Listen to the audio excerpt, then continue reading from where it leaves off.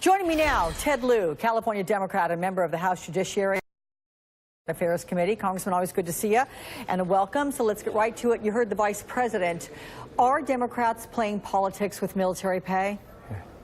No, not at all. And I served on active duty in the military, and I want a functioning government. Keep in mind, the reason we're in this Trump shutdown is because Republicans control the House, the Senate, and the White House. They could end this shutdown right now. There's 3 to 4 bills that would end it, and we can't even get a vote on it, and that's why we need to have leadership. I also want to ask you about what your colleague from the other side of the aisle, Congressman Scott Taylor, Republican from Virginia, told me earlier. He said the reason the Democrats own this shutdown is because Democrats must work with Republicans. They do have to get to 60 votes in the Senate. They only got to 50. So Democrats, in order to pass legislation, pass a budget, pass a CR, whatever's in front of them, in this regard, they had to get to 60. That's correct. It was a bipartisan rejection in the U.S. Senate of the harmful House continuing resolution. And let's just make this very simple for the American people. Continuing resolutions are harmful to our military. Secretary of Defense Mattis said that a few days ago. And we have been continuing to do these short-term spending measures without ever passing a budget. I have been in Congress for 3 years now. I have not seen a single budget from the Republican leadership. That is ridiculous. We need to take a stand. We need to fully fund our military and not keep doing these harmful short-term CRs. Okay, how about this one? At the top of the show, your colleague, Congressman Luis Gutierrez, said he'd be willing to concede some funding for the border wall in order to protect dreamers and then make Republicans pay at the polls in 2018. Does that prospect work for you? Do you agree with that one?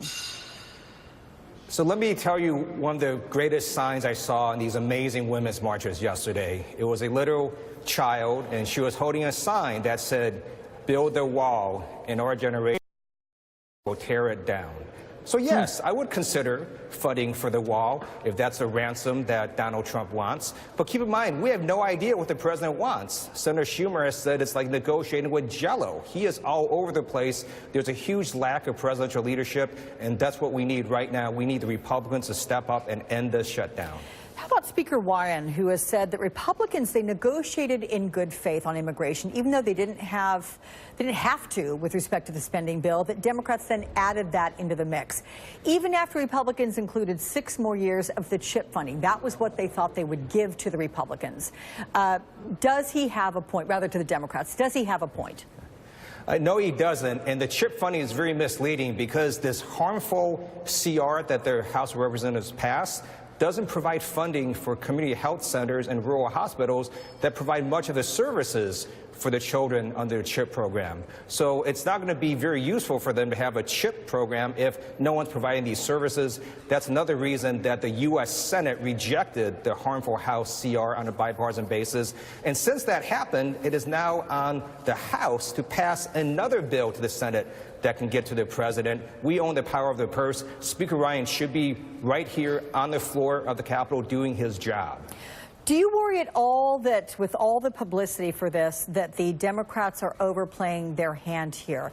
Do you think it is lost on the American public that there's a Republican in the White House and Republicans control both houses of Congress? Because all they're seeing right now is government shutdown. So Democrats are trying to reopen government. The Senate Democrats propose a short 3-day extension. House Democrats propose a 4-day extension to reopen government to solve all these issues. We couldn't even get a vote on it in either house because we don't control government. I think the American public understand that. And if you see the amazing women's marches, you understand the public sentiment is on the side of the Democrats. I get the public sentiment, but if you look at what a majority of Americans are saying, there's 56% out there that say avoid the shutdown. That is more important to them than fixing DACA. So if that remains the sentiment, do you risk paying a political price for this come the elections in November?